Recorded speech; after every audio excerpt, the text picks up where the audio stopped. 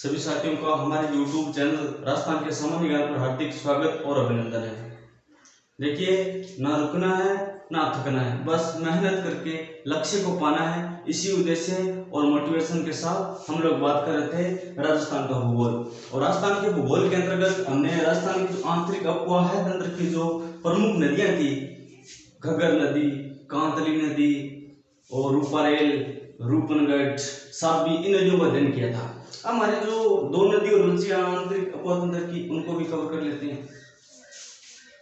तो आंतरिक अपतंत्र की जो एक और नदी है उसका नाम है काकने नदी।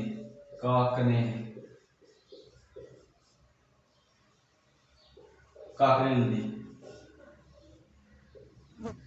देखिए, इस नदी को प्राचीन समय में क्या कहा जाता है, उपनाम क्या क्या है इसके?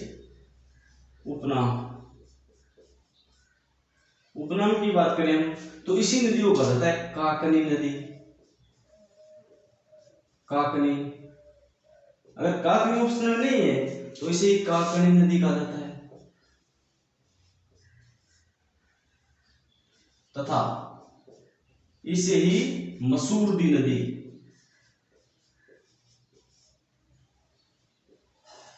मसूरदी नदी। तो ये प्रश्न आता है बहुत बार कि किस नदी को मसूरदी नदी कहा जाता है, तो काकनी नदी को। आंतरिक उपतंत्र की नदी है। इस नदी का उद्गम स्थल, देखिए कोई भी नदी पढ़े हैं आप तो इसका उद्गम स्थल पढ़िए पहले। उद्गम स्थल यानी जहां से ये नदी निकलती है, जिस स्थान से ये नदी प्रवाहित होती है, तो इसका उद्गम स्थल की बात करें तो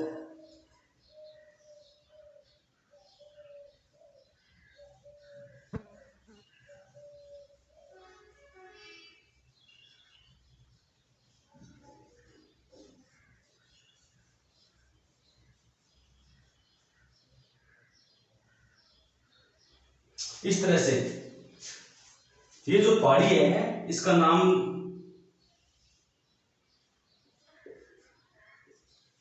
कोटड़ी की पहाड़ियां।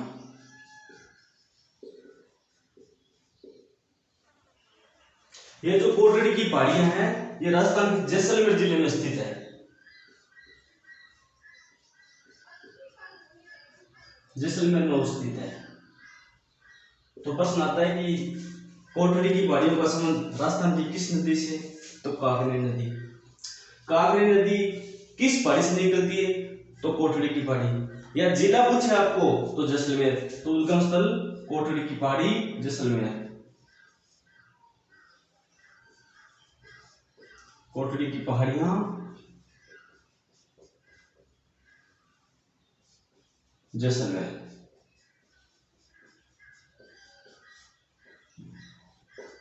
जैसे ही नदी निकलती है तो थोड़ी सी दूरी तय करती है इस तरह से, इस तरह से, और एक झील का निर्माण करती है, और इस झील का नाम है बुद्ध झील।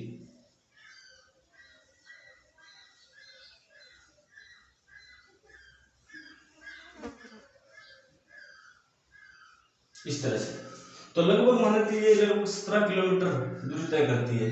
अगर बारिश ज्यादा हो तो ये नदी और भी दूर चली जाती है, लेकिन ये 17 किलोमीटर मानते हैं कि 17 किलोमीटर दूरी तय करती है। क्यों? क्योंकि बरसाती नदी है। अगर बारिश ज्यादा है तो इसके अंदर पानी ज्यादा आएगा तो ये दूरी ज्यादा तय करेगी। तो ये नदी एक झील का निर्माण करती है। बहुत ही इंपॉर्टेंट प्रश्न आता है यहाँ से। इस झील का नाम है बुद्ध झील। बुद्ध झील। और ये जो बुद्ध झील है ये एक मीठे पानी की झील है।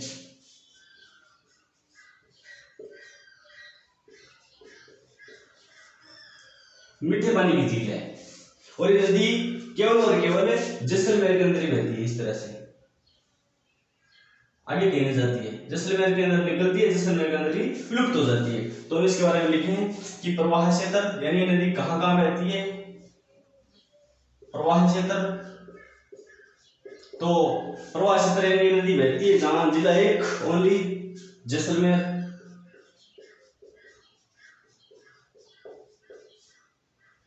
जैसलमेर और लगभग 17 किलोमीटर दूरी तय करती है। ठीक है। और आगे जाकर यह नदी जैसलमेर में यह नदी जैसलमेर में कुछ ही दूरी पर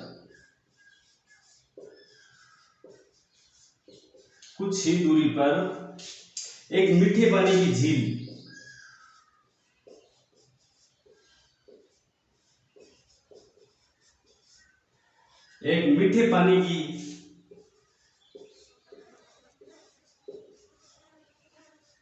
बुद्ध झील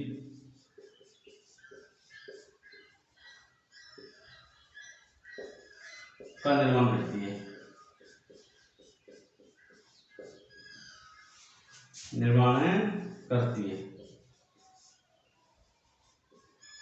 तो इस तरह से हमने एक कागज नदी पढ़ी है। और अगर अन्य इसकी बात करें, अगर कोई विशेष बात करें, तो ये एकमात्र आंतरिक अपवाह तंत्र की सबसे छोटी नदी है। यह है आंतरिक अपवाह तंत्र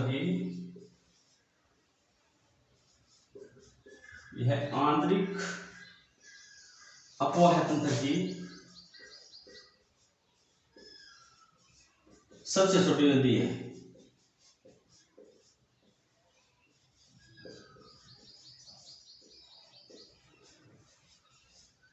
सबसे छोटी नदी है। और ये नदी है कहाँ? राजस्थान की।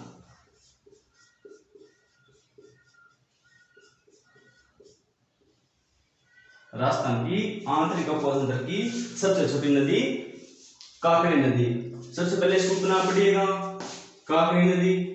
फिर इसके अन्य नाम और क्या मसूर की नदी कहते हैं, जो भी आप पढ़ लीजिएगा, प्रश्न आते हैं यहाँ पर। फिर इसका उद्गम स्थल कोठड़ी की पहाड़ियां, जैसलमेर से। जिला पूछा है जैसलमेर सिंगल, अगर पहाड़ी पूछी जाती है तो कोठड़ी की पहाड़ियां। प्रवाह क्षेत्र केवल और केवल राजस्थान में एकमात्र जिला जैसलमेर।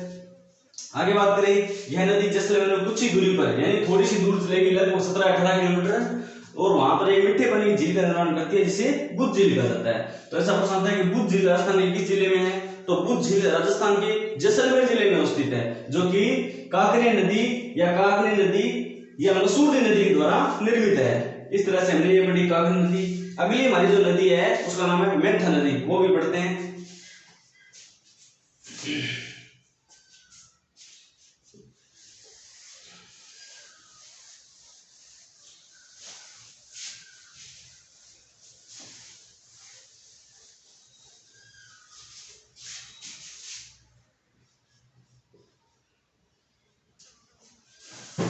अगली जो हमारी नदी है उसका नाम है मेंथा नदी।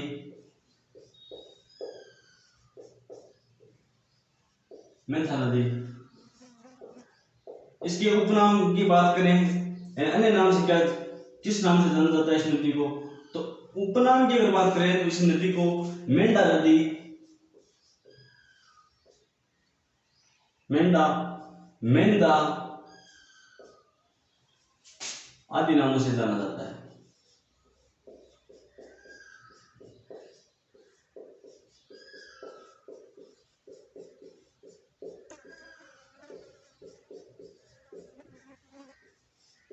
नाम से जाना जाता है। तो इस नदी का उपनाम मेंढा और मेंथा अन्य नाम है।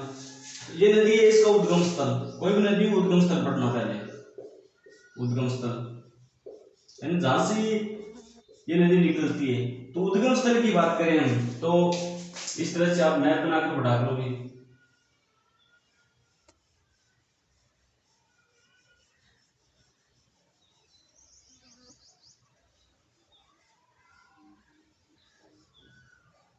ये जो पहाड़ी है, इस पहाड़ी का नाम है मनोहरपुरा की पहाड़ियां।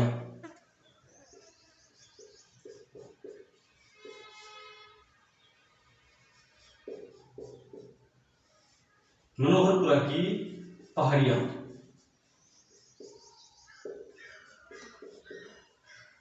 और ये मनोहरपुरा की पहाड़ियां नए जिलों के गठन से पहले जयपुर का ही भाग था, लेकिन अब भी जयपुर का है, लेकिन जयपुर के ही अगर 2 या 3 टुकड़े कर दिए गए तो जयपुर का जो जयपुर ग्रामीण जिला होता है ना, वहां पर ये पहाड़ी है।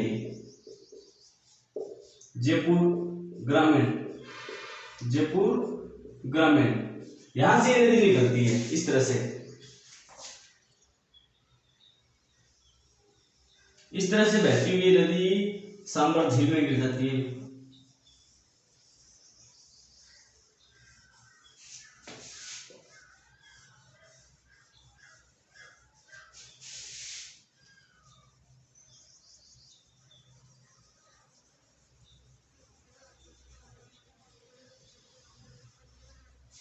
ये जो सांबर झील में गिर जाती है। सांबर झील, और सांबर झील भी ध्यान रखना, नए जिलों के अनुसार पूछे तो जयपुर ग्रामीण, जयपुर ग्रामीण। तो इनका उद्गम स्थल मनोहरपुरा की पहाड़ियां,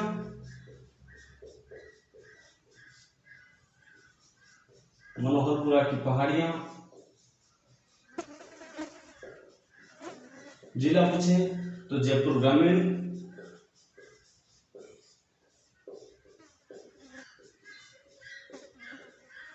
ग्रामीण प्रवाह क्षेत्र की बात करें, यानी नदी कहाँ कहाँ बहती है, तो प्रवाह क्षेत्र, प्रवाह क्षेत्र की बात करें तो जिला केवल एक ही, जयपुर ग्रामीण। छोटी छोटी नदियां हैं, जयपुर ग्रामीण। विशेष बात क्या है, देखिए इसके अंदर विशेष बात है कि सांबर झील के अंदर सर्वाधिक लवणता लाने वाली एकमात्र नदी,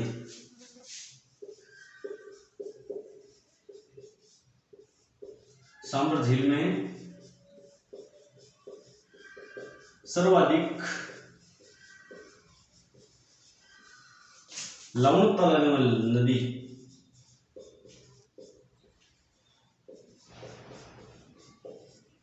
लाने वाली नदी।